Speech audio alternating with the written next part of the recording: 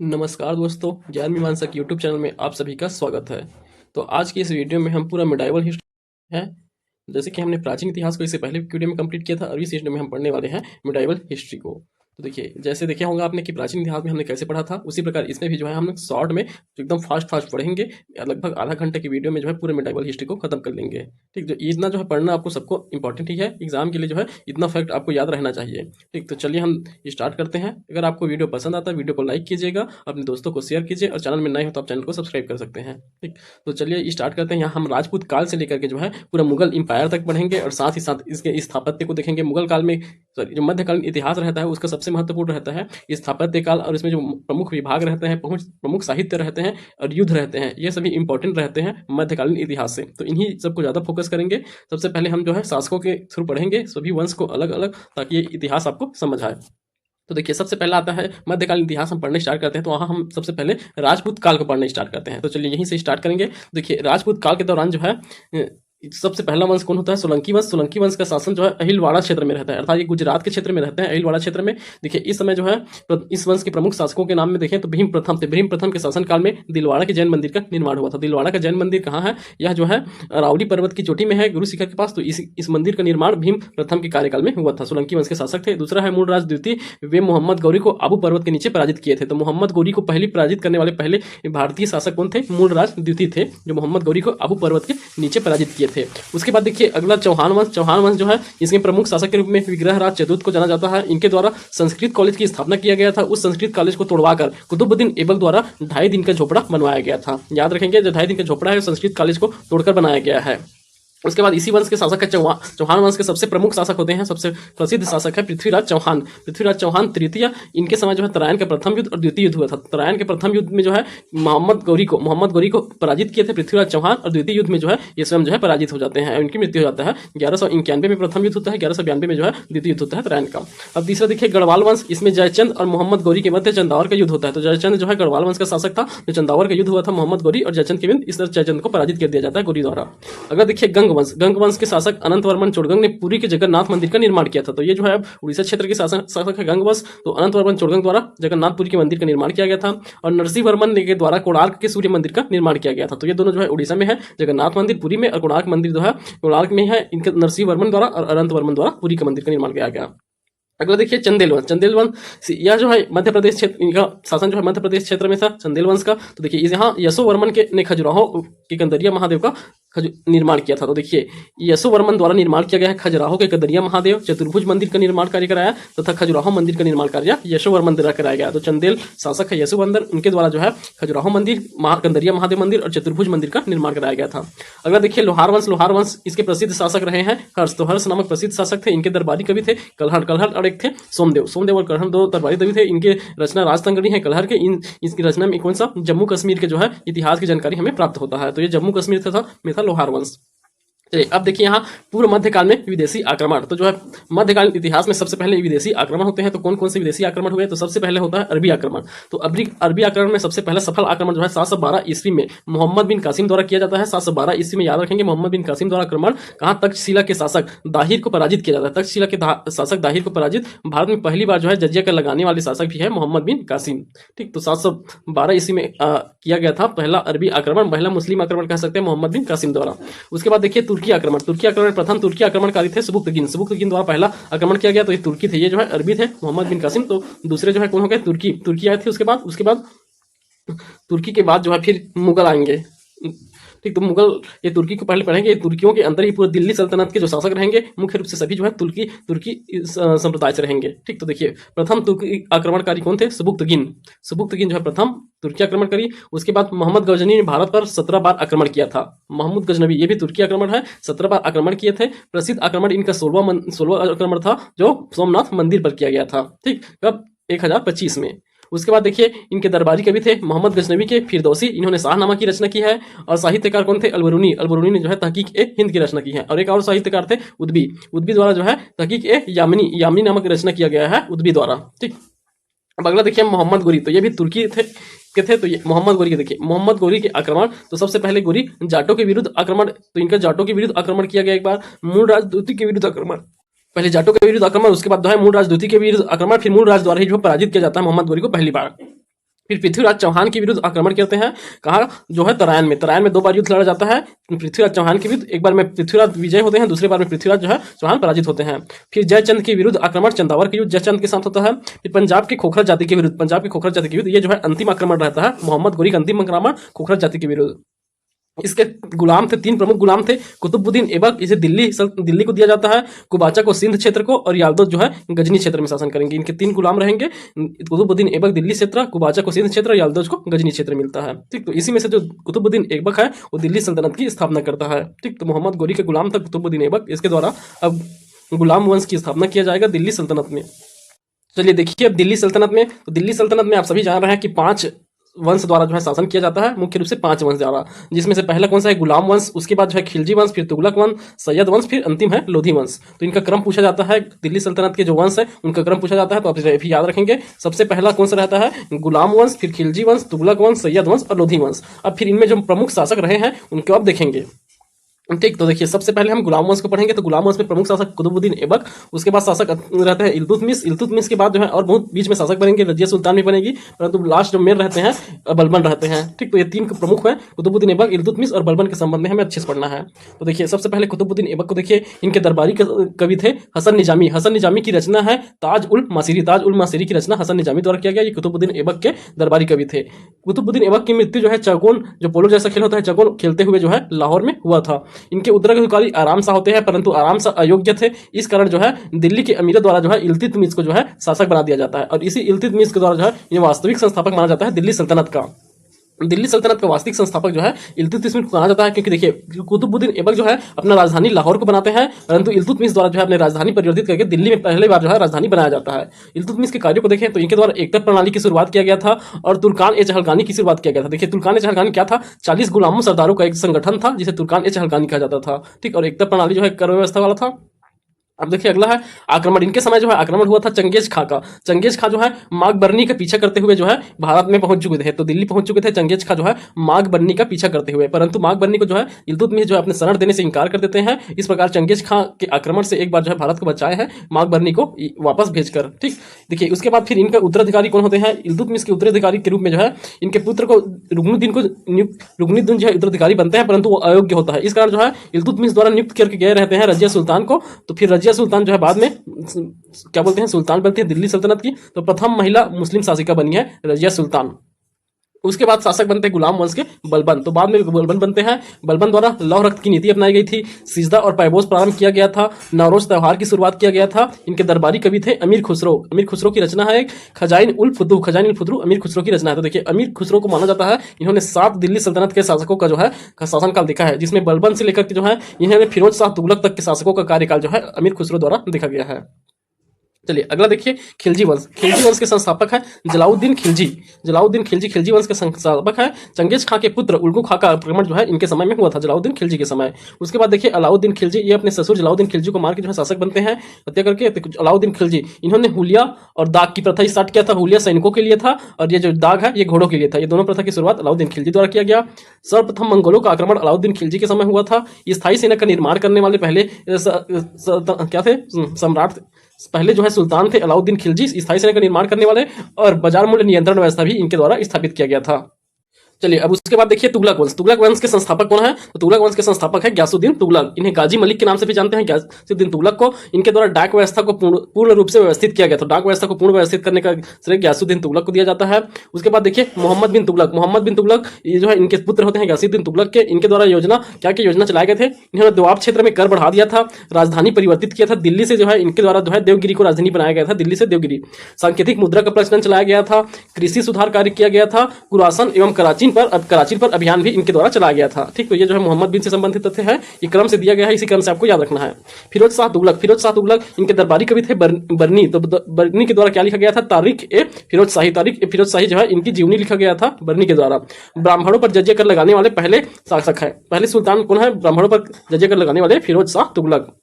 फिर इस वंश के अंतिम शासक है नसीरुद्दीन महमूद तुगलक। नसीरुद्दीन महमूद तुगलक इस वंश के अंतिम शासक है। इनके समय तैमूर लंग का आक्रमण होता है 1398 में। तैमूर लंग जो है आक्रमण करते हैं नसीरुद्दीन महमूद शाह के समय में। ठीक, उसके बाद देखिए यही तैमूर लंग के शासन के बाद उनके शासक थे शाहरुख। शाहरुख के प्रतिनिधि के रूप में खिज्र खां को दिल्ली का शासक नियुक्त किया जाता है, जो सैयद वंश थे। तो यहाँ सैयद वंश की स्थापना खिज्र खां के द्वारा किया जाता है। इन्हें उल्लू खां भी कहते हैं। तो खिज्र खां ये जो है तैमूर लंग के प्रतिनिधि थे मान सकते हैं। उनके बाद इस सैयद वंश के जो है स्वतंत्र शासक होते हैं मुबारक शाह। मुबारक शाह जो है अलग से स्वतंत्र होकर शासन करते लगते हैं। फिर मोहम्मद शाह इस वंश के शासक हुए और अलाउद्दीन आलम शाह भी सैयद वंश के शासक हैं। इसके पश्चात जो है लोधी वंश की स्थापना होती है। लोधी वंश की स्थापना बहलोल लोधी द्वारा किया जाता है। तो संस्थापक है बहलोल लोधी। उसके बाद सिकंदर लोधी शासक बनते हैं। 1504 में सिकंदर लोधी द्वारा जो है आगरा शहर का निर्माण किया गया था।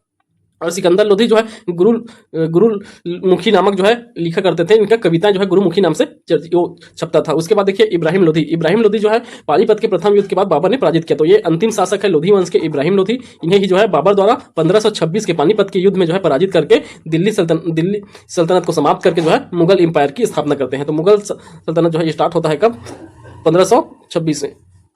1526 में। तब यहाँ से हमारा दिल्ली सल्तनत कंप्लीट हो गया। अब उसके बाद देखिए दिल्ली सल्तनत जिस समय दिल्ली सल्तनत भारत में राज्य कर रहा था, उसी समय जो है दक्षिण भारत में जो है विजयनगर साम्राज्य की स्थापना हुआ था। तो विजयनगर साम्राज्य में जो है कौन कौन से वंश का 4 वंशों द्वारा शासन किया जाता है विजयनगर साम्राज्य में? पहला है संगम वंश, दूसरा सालू वंश, फिर तीसरा तुलु वंश और चौथा है अरविडू वंश। तो इनका भी क्रम आप याद रखेंगे, इनका भी क्रम पूछा जाता है।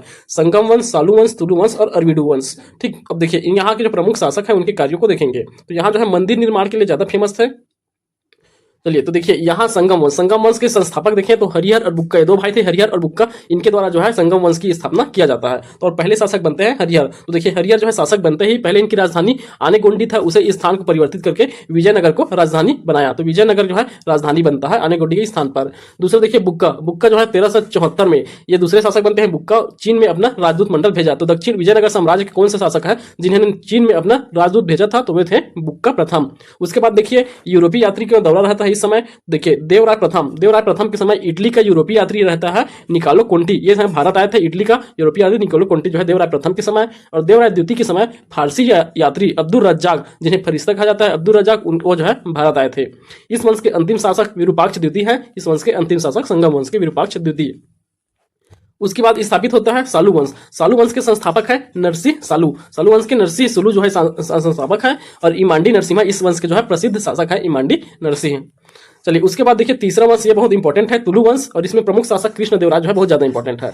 तो तुलु वंश के जो है शासक है प्रथम संस्थापक जो है वीर नरसिंह द्वारा तुलु वंश की स्थापना किया जाता है। इस वंश के सबसे प्रतापी शासक कृष्णदेव राय थे। कृष्णदेव राय की रचना देखिए 2 रचना इनके प्रसिद्ध है। अमुक्त माल्याद, ये तेलुगु भाषा में लिखित ग्रंथ है। अमुक्त माल्याद। और वही संस्कृत भाषा में ग्रंथ लिखा गया है जाम्बुवती कल्याण भी कृष्णदेव राय की रचना है। ये 2 जो है प्रसिद्ध है। और देखिए इनके जो है दरबार में अष्टदिग्गज रहते थे। तो अष्टदिग्गज जो है तेलुगु कवि थे। 8 तेलुगु कवियों का जो है तेलुगु कवियों का और जो कवि थे वे थे। तो अष्टदिग्गज जो है कवि थे, याद रखेंगे। इसके प्रमुख तेनालीराम जो है इनके प्रमुख सेनापति प्रधानमंत्री थे। कृष्णदेव राय के प्रधानमंत्री तेनालीराम थे। देखिए पुर्तगाली, इनके समय में भी पुर्तगाली यात्री आते हैं। 3 यात्री डोमिगोस पायस और बारबोसा, ये 3 यात्री पुर्तगाली यात्री हैं जो कृष्णदेव राय के समय जो है भारत आए थे। इनके द्वारा 2 मंदिरों का निर्माण, महत्वपूर्ण मंदिर है जिनका निर्माण कराया गया। एक है विठल स्वामी मंदिर और दूसरा है हजारी देवी मंदिर। तो विठल स्वामी मंदिर और हजारी देवी मंदिर का निर्माण कृष्णदेव राय द्वारा कराया गया था। चलिए अगला देखिए अच्युतर राय शासक बनते हैं। अच्युतर राय के समय जो है पुर्तगाली यात्री नूनिज आता है। यही नूनिज है जिसने सती प्रथा का वर्णन किया है। तो भारत आए थे नूनिज पुर्तगाली यात्री अच्युतर देव राय के समय। इनके द्वारा जो है सती प्रथा का वर्णन किया गया है।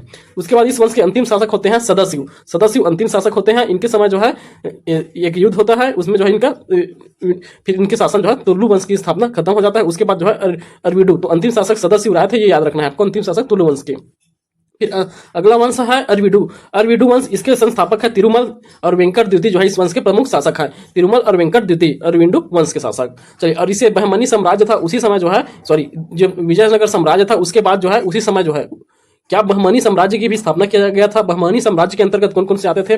बीजापुर और गोलकोंडा। बीजापुर और गोलकोंडा। तो देखिए बीजापुर के राजधानी जो है नौसरपुर था। तो बीजापुर नौसरपुर के नाम से भी जाना जाता था। इसकी संस्थापक यूसुफ आदिल शाह द्वारा किया जाता। यूसुफ आदिल शाह द्वारा, इनके द्वारा देखिए गोल गुंबद का निर्माण जो है यूसुफ आदिल शाह द्वारा कराया गया था, जो बीजापुर के शासक थे। वही देखिए गोलकुंडा में जो है इनकी राजधानी थी। इनके संस्थापक है कुली कुतुब शाह द्वारा गोलकुंडा की स्थापना किया गया था। हैदराबाद के चार मीनार की आधारशिला जो है इन्हीं के द्वारा रखा गया है। तो कुली कुतुब शाह द्वारा ही हैदराबाद का जो प्रमुख चार मीनार है उसका जो है निर्माण कराया गया था। ठीक, तो ये बहमनी साम्राज्य हो गया। अब देखिए इसके बाद जो है हम मुगल साम्राज्य को पढ़ेंगे। ठीक, तो ये दक्षिण भारत को भी हम पढ़ लिए, विजयनगर और बहमनी साम्राज्य। अब फिर से हम दिल्ली सल्तनत खत्म होने के बाद जो है यहाँ मुगल साम्राज्य स्थापित हो चुका है, तब हम वहीं से फिर से पढ़ते हैं। मुगल साम्राज्य में आपसे यहाँ क्रम ही पूछा जा सकता है शासकों का, तो शासकों का क्रम पूछने का आता है तो आप याद रखेंगे सबसे पहला बाबर, हुमायूं, अकबर, जहांगीर, शाहजहां, औरंगजेब। तो ये प्रमुख शासक हैं। उसके बाद जो है इनके बाद के शासक देखिए कमजोर होते हैं इनके शासक, पर उनका भी याद रखना है। बहादुर शाह बनते हैं औरंगजेब के बाद, फिर जहांदर शाह, फरुखसियर, मोहम्मद शाह, आलमगीर द्वितीय, शाह आलम द्वितीय, अकबर द्वितीय या अकबर शाह, बहादुर शाह जफर। तो ये अंतिम शासक बहादुर शाह जफर है। तो इनका क्रम आपको याद रखना है, क्रम जमाने के लिए पूछा जाता है। फिर चलिए अब सभी शासकों का जो है हम क्रम से पढ़ेंगे क्या क्या उनके संबंध में महत्वपूर्ण तथ्य है। तो बाबर की आत्मकथा है तुजुक ए बाबरी। तुजुक ए बाबरी जो है तुर्क भाषा में लिखा गया इनका है तुजुक ए बाबरी। इन्हें बाबरनामा के नाम से भी जानते हैं, बाबरनामा। तो ये दोनों जो है बाबर से संबंधित पुस्तक है। इनका मकबरा कहाँ है? काबुल में जो है इनका मकबरा है, याद रखेंगे काबुल में है बाबर का मकबरा। उसके बाद देखिए हुमायूं जो है इनकी जो है आत्मकथन, इनकी जो है जीवनी लिखा गया है हुमायूं नामा इनकी जीवनी है, जो गुलबदन बेगम इनकी बहन है, गुलबदन बेगम उनके द्वारा लिखा गया है हुमायूं नामा को। इनका मृत्यु जो है दिन पनाह की सीढ़ियों से गिरने के कारण हुआ था। तो दिन पनाह की सीढ़ियों से गिरने के कारण हुमायूं की मृत्यु हुआ था। अब सबसे प्रमुख शासक है मुगल साम्राज्य का अकबर का देखिए, अकबर का जन्म कौलानौर के किले में हुआ था। कौलानौर के किले में हुआ था। इनका मकबरा सिकंदराबाद में स्थित है। ये जो है शेख सलीम चिश्ती के अनुयायी थे। ठीक, इनके दरबारी देखिए, दरबारी चित्रकार, तो इनके दरबारी चित्रकार में अब्दुल समद थे, दसवंत थे, बसावन थे। दसवंत, बसावन और अब्दुल समद ये जो है इनके दरबारी चित्रकार थे। देखिए सिखों के चौथे गुरु रामदास को 500 बीघा जमीन दान में दिया था अकबर द्वारा। तो रामदास को 500 बीघा जो है जमीन दान दिया था। इसी 500 बीघा जमीन में अमृतसर नामक शहर का स्थापना जो है गुरु रामदास द्वारा कराया जाता है। इनके प्रमुख कार्यों को देखिए तो इनके द्वारा जो है जजिया कर समाप्त किया गया था 1564 में। और उससे पहले जो है तीर्थ यात्रा कर 1963 में समाप्त किया, 1563 में समाप्त किया गया था। तीर्थ यात्रा कर जजिया कर को 64 में समाप्त किया गया। फतेहपुर सीकरी की स्थापना 1572 में। और दिन्ने इलाही, ये नया धर्म स्टार्ट करते हैं दिन्ने इलाही, इसकी घोषणा जो है 1581 में किया जाता है। और दिन्ने इलाही की शुरुआत जो है 1582 में किया जाता है अकबर द्वारा। तो ये महत्वपूर्ण कार्य है। अब अगला देखिए जहांगीर के संबंध में इनका आत्मकथा है खुद के द्वारा लिखा गया है। तुझे ए जहांगीर की रचना है, आत्मकथा है। इसके दरबारी चित्रकार कौन है? अब्दुल समद और मंसूर खां जो है इनके दरबारी चित्रकार थे। ब्रिटिश व्यापारी हॉकिंस 1608 में जो है ब्रिटिश व्यापारी हॉकिंस जो है जहांगीर के दरबार में आए थे। और 1615 में जो है थॉमस रो भी आए थे। ये दोनों जो है ब्रिटिश व्यापारी थे। तो ये जो है दोनों जहांगीर के दरबार में आते हैं अनुमति लेने के लिए व्यापार हेतु। सिखों के 5वें गुरु अर्जुन देव को खुसरो के संरक्षण के कारण इनके द्वारा मरवा दिया जाता है। तो 5वें गुरु अर्जुन देव को जो है जहांगीर द्वारा मरवाया जाता है क्योंकि उन्होंने खुसरो को संरक्षण दिया था। उसके बाद देखिए शाहजहां स्थापत्य कला के लिए जानते हैं। ताजमहल के निर्माण बहुत सारे स्थापत्य कला देखने को मिलता है शाहजहां। आगे देखेंगे हम मुगल कालीन स्थापत्य को, वहां हम पूरा देखेंगे। देखिए शाहजहांनामा यह इनायत खां की रचना है। तो इनकी जो है जीवनी लिखा गया है इनायत खां द्वारा शाहजहांनामा। इनके चार पुत्र थे, दारा शिकोह, औरंगजेब, शाह शुजा और मुराद। ये प्रसिद्ध 4 पुत्र थे। इसके अलावा भी बहुत सारे पुत्र थे, दारा शिकोह, औरंगजेब और शाह शुजा और मुराद। इन चारों के मध्य जो है उत्तराधिकारी का युद्ध होता है। तो उत्तराधिकारी का युद्ध जो है शाहजहां के पुत्रों दारा शिकोह, औरंगजेब, शाह शुजा और मुराद के मध्य होता है। चलिए अगला देखिए औरंगजेब के प्रमुख कार्यों को देखिए। औरंगजेब जो है 115 वर्ष बाद 1679 में पुनः जजिया कर को और तीर्थ कर को लगाया है। तो देखिए अकबर द्वारा जो है 1663 और 64 में जो है ये जजिया कर और तीर्थ कर को जो है समाप्त किया गया था। उसे जो है 115 वर्ष बाद 1563 और 64 में समाप्त किया गया था। इसे 1679 में जो है किनके द्वारा? औरंगजेब द्वारा फिर से प्रारंभ किया गया था। और इनको एक महत्वपूर्ण भूमिका थी कि इन्होंने जो है बीजापुर को 1686 में और गोलकुंडा को 1687 में मुगल साम्राज्य में मिलाया था। इनके द्वारा सिखों के 9वें गुरु तेग बहादुर को इस्लाम अस्वीकार करने के कारण मरवा दिया गया था। तो 9वें गुरु थे तेग बहादुर, उन्हें जो है औरंगजेब द्वारा मरवा दिया गया था क्योंकि उनके द्वारा इस्लाम स्वीकार नहीं किया गया था। अब देखिए इनके औरंगजेब के बाद के जो है शासक कमजोर हो जाते हैं, पर इनके देखिए नाम देखिए और इनका उपनाम क्या क्या नामों से जाना जाता था। तो देखिए बहादुर शाह प्रथम, ये इनका नाम है। शाह ए बेखबर के नाम से जाने जाते हैं बहादुर शाह प्रथम को। जहांदर शाह को लंपट मूर्ख कहा जाता है, लंपट मूर्ख जहांदर शाह। फर्रुखसियर को घृणित कायर। अब फर्रुखसियर के संबंध में याद रखेंगे ईस्ट इंडिया कंपनी को बंगाल व गुजरात में स्वतंत्र व्यापार का समझौता दिया गया था। तो शाही फरमान जारी किया गया था फर्रुखसियर द्वारा। सिख सरदार बंदा सिंह को मरवाया था। तो देखिए बंदा सिंह हम पढ़े थे, इसे बंदा सिंह को इसे मरवाने वाला है फर्रुखसियर। जजिया व तीर्थ कर को अंतिम रूप से समाप्त करने वाला। तो जजिया कर को जो औरंगजेब फिर से लगाया था उसे जो है अंतिम रूप से एक समाप्त करने वाला शासक है फर्रुखसियार। ठीक, उसके बाद देखिए मोहम्मद शाह। मोहम्मद शाह को रंगीला के नाम से जानते हैं। मोहम्मद शाह रंगीला ईरान शासक नादिर शाह का 1739 में दिल्ली पर आक्रमण हुआ था। तो 1739 में मोहम्मद शाह के समय ईरानी शासक था नादिर शाह, जिसे ईरान का नेपोलियन कहा जाता है, उनका आक्रमण हुआ था।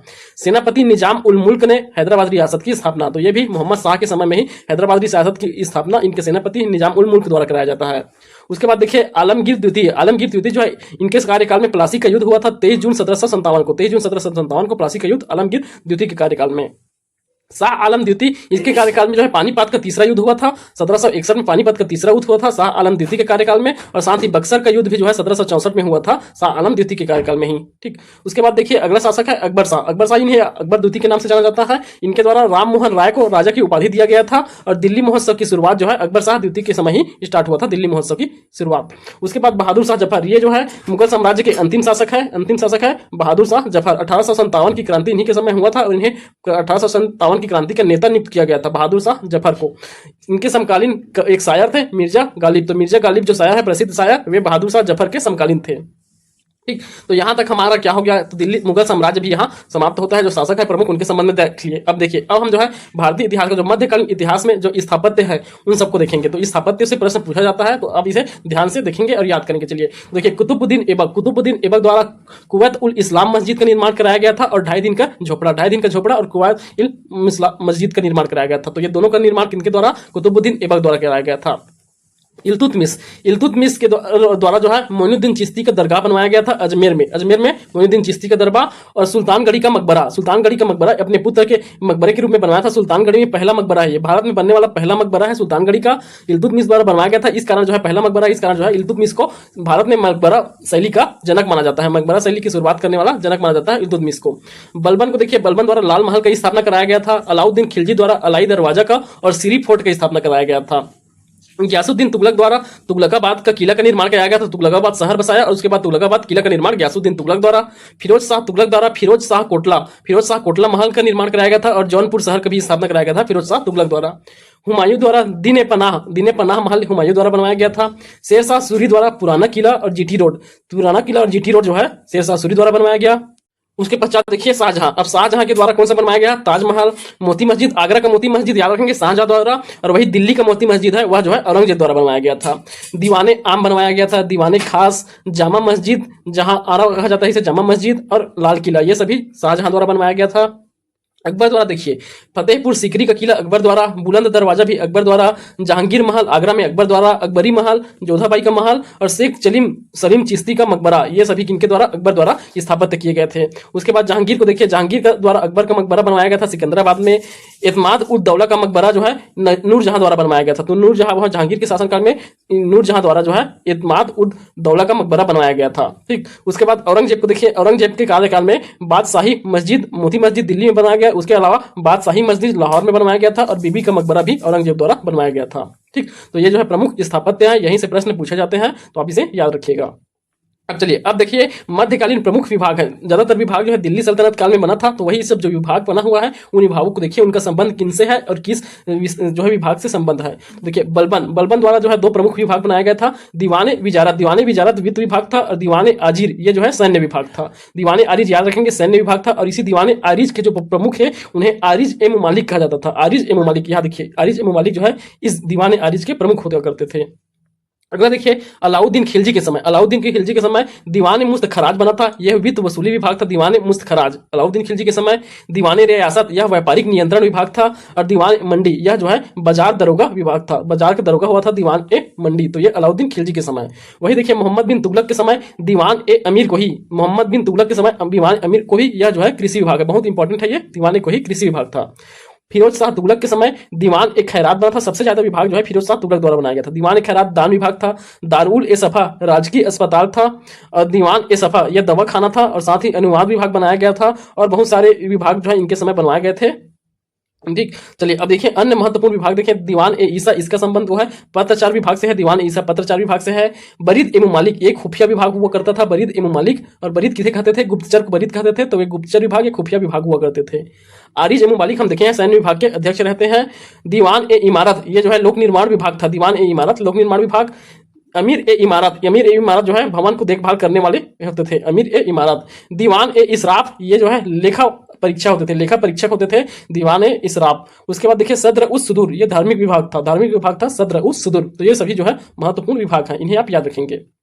अब देखिए, अब जो है मध्यकालीन इतिहास से लेकर जो है मॉडर्न हिस्ट्री में जो महत्वपूर्ण युद्ध लड़े गए हैं, तो जो महत्वपूर्ण युद्ध है उनको जो है कब लड़ा गया है, युद्ध का नाम क्या है, किनके मध्य लड़ा गया था और कौन शासक जीतित हुए थे, उसका जो है यहाँ टेबल दिया गया है। इस टेबल को देखिए, युद्ध से भी प्रश्न पूछे जाते हैं। पिछले वर्ष प्री में भी पूछा गया था, इसी में से एक प्रश्न पूछा गया था जो 1761 में हुआ था, पानीपत का तृतीय युद्ध। पानीपत का तृतीय युद्ध ये इसी टेबल में दिया गया है, देख सकते हैं। तो यहाँ से भी प्रश्न बनते हैं। तो देखिए, सबसे पहला है 1191 से स्टार्ट है। तो 1191 में तराइन का प्रथम युद्ध हुआ था मोहम्मद गौरी और पृथ्वीराज चौहान के बीच, जिसमें पृथ्वीराज चौहान विजय हुए थे।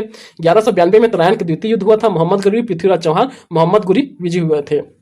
फिर देखिए 1194 में चंदावर का युद्ध हुआ था, मोहम्मद गौरी और जयचंद के बीच, इसमें मोहम्मद गौरी विजय हुए थे। 1215-16 में हुआ था तराइन का तृतीय युद्ध। तराइन का तृतीय युद्ध किनके बीच, इल्तुतमिश और याल्दौज, इसमें इल्तुतमिश द्वारा जो है याल्दौज को पराजित कर दिया जाता है। 1215 से 16 में हुआ था तराइन का तृतीय युद्ध। उसके बाद 1526 में पानीपत का प्रथम युद्ध होता है बाबर और इब्राहिम लोधी के मध्य।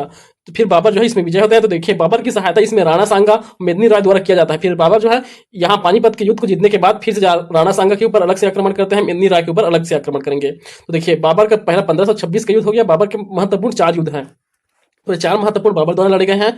तो पहला कौन सा था, पानीपत का प्रथम युद्ध। उसके बाद 1527 में देखिए खानवा का युद्ध। खानवा का युद्ध हुआ था बाबर और राणा सांगा के मध्य, तो चित्तौड़ के शासक थे राणा सांगा, उनके मध्य होता है। 1528 में होता है चंदेरी का युद्ध, ये बाबर और मेदिनी राय द्वारा, चंदेरी के शासक थे मेदिनी राय, उनके साथ होता है चंदेरी का युद्ध, ये भी बाबर द्वारा विजय प्राप्त किया जाता है। फिर 1539 में घाघरा का युद्ध होता है, ये बाबर और बिहार व बंगाल की सेना के मध्य होता है। बिहार और बंगाल की सेना संयुक्त रूप से बाबर से युद्ध लड़ते हैं, जिसमें बाबर ही विजय होते हैं। उसके बाद देखिए 1539 में चौसा का युद्ध होता है, शेरशाह और हुमायूं के मध्य। चौसा का युद्ध शेरशाह और हुमायूं के मध्य, जिसमें शेरशाह जो है जीतते हैं। फिर 1540 में कन्नौज का युद्ध, कन्नौज को बिलग्राम के नाम से भी जानते हैं, तो बिलग्राम का युद्ध या कन्नौज का युद्ध, ये शेरशाह और हुमायूं के मध्य हुआ था, जिसमें शेरशाह जो है जीते थे। फिर 1556 में देखिए पानीपत का दूसरा युद्ध हुआ था अकबर और हेमू के मध्य, जिसमें अकबर जीतते हैं, अकबर और हेमू के मध्य हुआ था दूसरा युद्ध पानीपत का 1556 में। उसके बाद देखिए 1565, ये बहुत इंपॉर्टेंट युद्ध है, दक्षिण भारत में हुआ था विजयनगर साम्राज्य के दौरान। 1565 में हुआ था तालीकोटा का युद्ध, जिसे अन्य और क्या नामों से जाना जाता है, राक्षसी तंगड़ी का युद्ध जाना जाता है, वनहट्टी का युद्ध। तालीकोटा को राक्षसी तंगड़ी और वनहट्टी के युद्ध के नाम से भी जाना जाता है।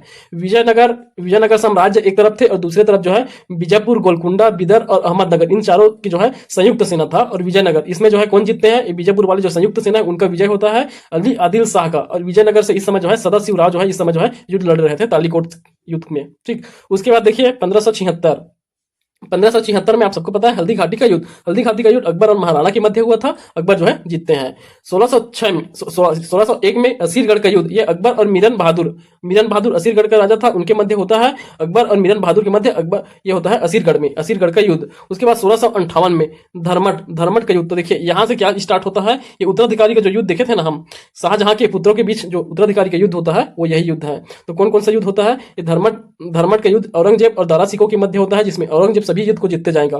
तो 1658 में हुआ। फिर 1658 में ही सामूगढ़ की लड़ाई होता है, दोनों के मध्य, दारा सिकोह और औरंगजेब के मध्य। 1679 में देवराय का युद्ध होता है औरंगजेब और दारा सिकोह के मध्य, इसमें भी औरंगजेब ही जीतता है। ठीक, तो 58 में ही 2 युद्ध और 59 में 2 युद्ध हुआ है।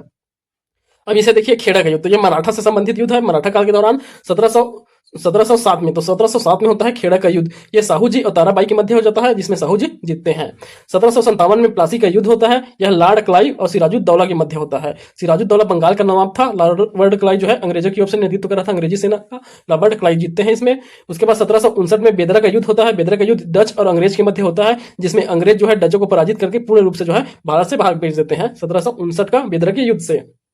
1764 में बक्सर का युद्ध होता है। 1764 में यह किनके मध्य होता है, अंग्रेजी सेना का नेतृत्व कर रहे थे कैप्टन मुनरो, और यहाँ मीर कासिम थे, ये बंगाल के नवाब थे, सिराजुद्दौला अवध के नवाब थे, और शाह आलम जो है मुगल साम्राज्य के शासक थे। ठीक, तो इन तीनों के मध्य संयुक्त सेना था और अंग्रेजी सेना की ओर से कैप्टन मुनरो नेतृत्व कर रहे थे। कैप्टन मुनरो जो है जीत जाते हैं। 1775 से 82 के मध्य जो है प्रथम, तो आगे आंग्ल मराठा युद्ध, तो 3 आंग्ल मराठा युद्ध होता है। पहला 1775 से 82, 75 से 82 जो है आंग्ल मराठा युद्ध, इसमें मराठा की ओर से माधवराव नारायण राव थे, ये पेशवा थे माधवराव नारायण राव, और वारेन हेस्टिंग थे अंग्रेजी की ओर से, वारेन हेस्टिंग की जीत होती है। 1803 और 6 में द्वितीय आंग्ल मराठा युद्ध होता है, इसमें बाजीराव द्वितीय और वेली जोली के मध्य हुआ, जिसमें लॉर्ड वेली जोली की जीत होती है। 1817-18 में तीसरा आंग्ल मराठा युद्ध होता है, इसमें बाजीराव तृतीय और वारेन हेस्टिंग के मध्य, इसमें भी वारेन हेस्टिंग जो है जीत जाते हैं। ठीक, तो ये जो है महत्वपूर्ण युद्ध है, आपको इसे याद रखना है, यहाँ से प्रश्न पूछे जाते हैं। ठीक। अब देखिए मध्यकालीन साहित्य और साहित्यकार, मध्यकाल में जो प्रमुख साहित्य लिखे गए हैं और साहित्यकार उनकी रचना को देख लीजिए। तो हसन निजामी, इनके द्वारा ताज उल मासिर की रचना किया गया था। ये हम देखे थे, ये कुतुबुद्दीन ऐबक के जो है दरबारी कवि थे, हसन निजामी ताज ए मासिर। मिनहाज उल सिराज, इनके द्वारा जो है तबकात ए नासिरी की रचना किया गया था। अमीर खुसरो द्वारा खजान उल फतह और किरान उस सदैन, ये दो रचना जो है अमीर खुसरो का है, खजान उल फतह और किरान उल सदैन का। फिरोज शाह की रचना है फुतुहात ए फिरोज शाही इनकी आत्मकथा है और वही इनके दरबारी कवि थे बरनी, इनके द्वारा तारीख ए फिरोज शाही लिखा गया है। यह है फिरोज शाह की जीवनी और ये इनके द्वारा खुद के द्वारा लिखा गया है फुतु ए फिरोज शाही, इसलिए वो आत्मकथा है। अगला देखिए अहमद सरहिंदी, इनकी रचना कौन सा है, तारीख ए मुबारक शाही। सर हिंदी की रचना तारिक ए मुबारक ही। कुतुबन की रचना है मृगावती बहुत इंपॉर्टेंट है, कुतुबन की रचना है। इब्न बतूता इनका किताब है किताब ए रहला, तो रहला जो है कितना इब्न बतूता का है, मोरक्को का यात्री था या मोरक्को का। अब्दुल फजल की रचना अकबरनामा या आईने एकबरी भी है, अब्दुल फजल की रचना। अब्बास शेरवानी तारीख ए शेरशाही अब्बास शेरवानी का है, शेर शाह के ऊपर लिखा गया पुस्तक है, उनकी जीवनी है शेर शाह की।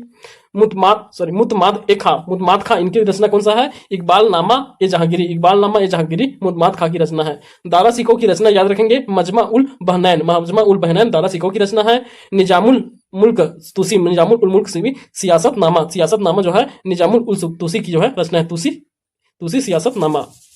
ख्वाजा अबू बरक इसामी, यह जो है फुतुह उस सलातनी की रचना है। फुतुह उस सलातनी किनकी रचना है, इसामी अबू बरक इसामी, ठीक। तो ये प्रमुख रचनाएं हो गए। उसके बाद देखिए महत्वपूर्ण सिक्के, तो ये सिक्के जो है प्राचीन काल से लेकर के पूरा जो आधुनिक काल तक के जितने सिक्के चलाए गए हैं उन सभी सिक्कों का वर्णन जो है इस पूरे टेबल में दिया गया है, तो इसे देखते हैं आप।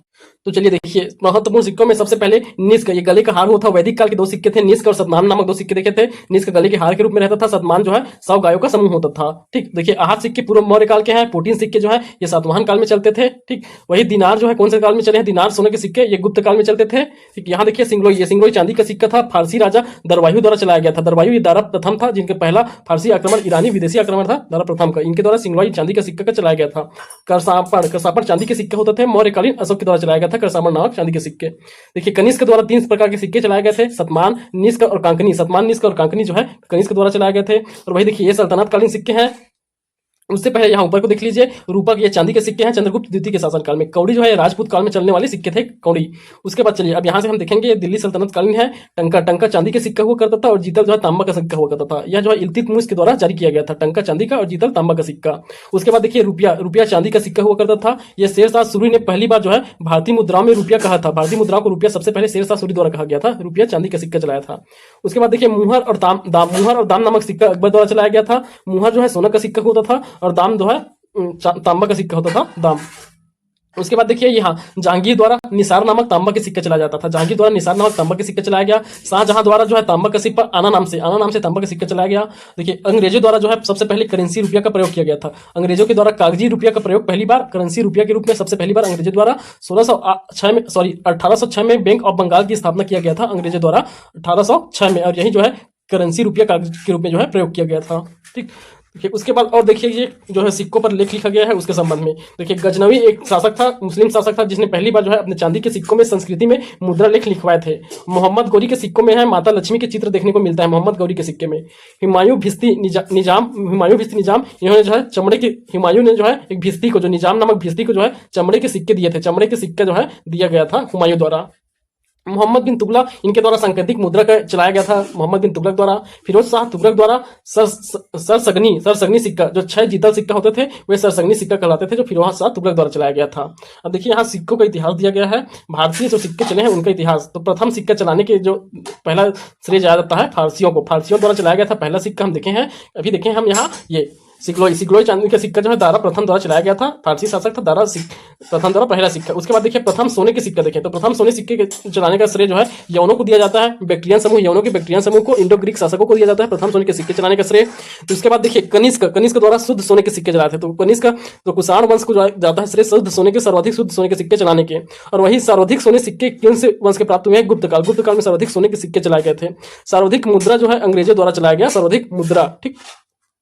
तो ये जो है हम भारत में जो है सिक्कों का इतिहास हो गया। तो इतना जो है सिक्कों के संबंधित में आप देख सकते हैं। चलिए अब अगला देखिए यहाँ भक्ति काल। तो देखिए मध्यकालीन इतिहास में भक्ति काल देखने को मिलता है, जिसमें भक्ति काल अलग से और फिर सूफी सिलसिला भी देखने को मिलता है। तो इसी के संबंधित यहाँ पढ़ेंगे। तो देखिए निर्गुण भक्ति धारा और सगुण भक्ति दो भागों में बटा हुआ था भक्ति धारा। एक ज्ञान मार्गी भक्ति धारा थे, प्रेम मार्गी। तो ज्ञान मार्गी कौन थे निर्गुण के अंतर्गत? कबीर, नानक, रैदास, दादूमल, मलुकदास, जगजीवन, ये सब ज्ञान मार्गी थे। और प्रेम मार्गी में मलिक मोहम्मद जायसी थे। सगुण भक्ति धारा कृष्ण मार्गी और राम मार्गी में बटा हुआ था। तो कृष्ण मार्गी के अंतर्गत सूरदास, मीराबाई, चैतन्य, नरसिंह मेहता, विद्यापति और चंडीदास ये सभी जो है आते थे सगुण भक्ति धारा में। और राम मार्गी में तुलसीदास और नाभादास जो है राम मार्गी शाखा के थे। देखिए रामानंद थे, उनके 5 प्रमुख शिष्य थे। रामानंद के 5 प्रमुख शिष्य कौन थे? कबीर, संत कबीर, सेना, रैदास, नामदेव और पीपा, ये सभी जो है रामानंद के शिष्य थे। देखिए इसी समय जो है भक्ति काल के समय ही जो है सिखों का भी उद्गम होता है। तो सिख संप्रदाय का भी उद्भव होता है। तो देखिए सिख संप्रदाय की स्थापना गुरु नानक द्वारा किया जाता है। इन्हें प्रथम गुरु माना जाता है और सिख धर्म की संस्थापक माना जाता है गुरु नानक को। और प्रमुख गुरु देखें तो गुरु अंगद जो है दूसरे गुरु होते हैं। इनके द्वारा गुरुमुखी लिपि की शुरुआत किया जाता है। इनके चौथे गुरु थे गुरु रामदास। इनके द्वारा अमृतसर शहर बसाया जाता है, जो 500 बीघा जमीन अकबर द्वारा दिया गया था उसी में।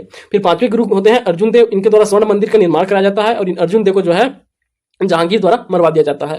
उसके बाद 6वें गुरु है गुरु हरगोविंद। इन्होंने जो है सिखों को सैन्य शक्ति के रूप में संगठित किया था। सैन्य शक्ति के रूप में संगठित करने का श्रेय गुरु हरगोविंद को जाता है। फिर अंतिम और 10वें गुरु देखिए गुरु गोविंद सिंह। तो सिखों के अंतिम और 10वें गुरु है गुरु गोविंद सिंह। इन्होंने सिखों को 5 क दिया था। तो 5 क से 5 का आता है। एक का है केस, दूसरा कंघा, तीसरा कृपाण, चौथा कड़ा और 5वां कच्छा। तो ये का सिद्धांत जो है गुरु गोविंद सिंह द्वारा दिया गया था। ये अंतिम गुरु है सिखों के।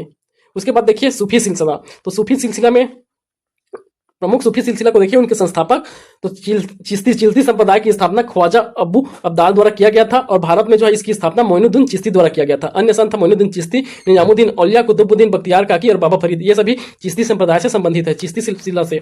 उसके देखिए सुहरावर्दी सिलसिला, यह जो है सिहाबुद्दीन सुहरावर्दी द्वारा स्थापित किया गया था। बहाउद्दीन जकारिया इसके प्रमुख संत थे।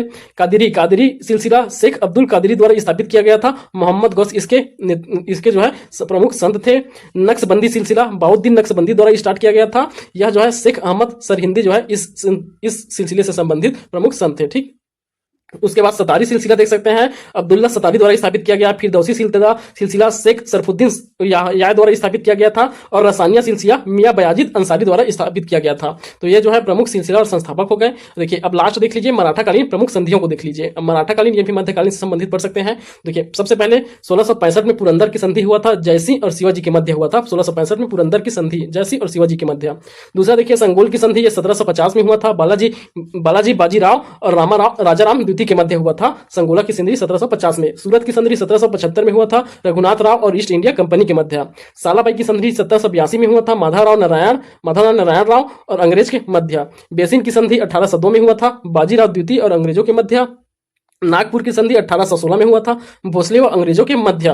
ग्वालियर की संधि 1817 में हुआ था, दौलतराव सिंधिया और अंग्रेजों के मध्य हुआ था ग्वालियर की संधि। तो सिंधिया लोग जो है ग्वालियर में शासन करते थे, भोसले जो है नागपुर में शासन करते थे। 1816 में हुआ था संधि ग्वालियर का, 1817 में। और पूना की संधि भी 1817 में जो है बाजीराव पेशवा और अंग्रेजों के मध्य हुआ था पूना की संधि। और वही मंदसौर की संधि जो है 1818 में होलकर और अंग्रेजों के मध्य हुआ था। तो होलकर मंदसौर में रहते थे। ठीक, तो ये जो है मराठाकालीन प्रमुख संधि होगा। यहाँ से हमारा मध्यकालीन इतिहास जो है कंप्लीट होता है। तो ये वीडियो आप देखिएगा। वीडियो कैसे लगा आप बताइए कमेंट करके। वीडियो को लाइक कीजिए, शेयर कीजिए और चैनल को सब्सक्राइब कीजिए। अगला वीडियो हम आधुनिक इतिहास का पढ़ेंगे। धन्यवाद।